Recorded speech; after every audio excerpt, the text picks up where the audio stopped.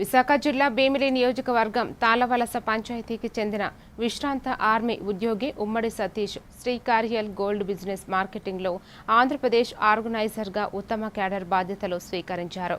సంఘివలస సమీపంలోని Fortuner function హాల్లో నిర్వహించిన మెగా సెమినార్కు ఆయన ముఖ్య అతిథిగా హాజరై జ్యోతి ప్రజ్వలన చేసి కార్యక్రమాన్ని ప్రారంభించారు.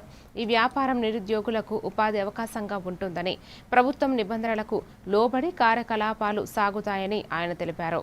కార్యక్రమంలో పలువురు కంపెనీ ప్రతినిధులు, స్థానికులు పాల్గొన్నారు.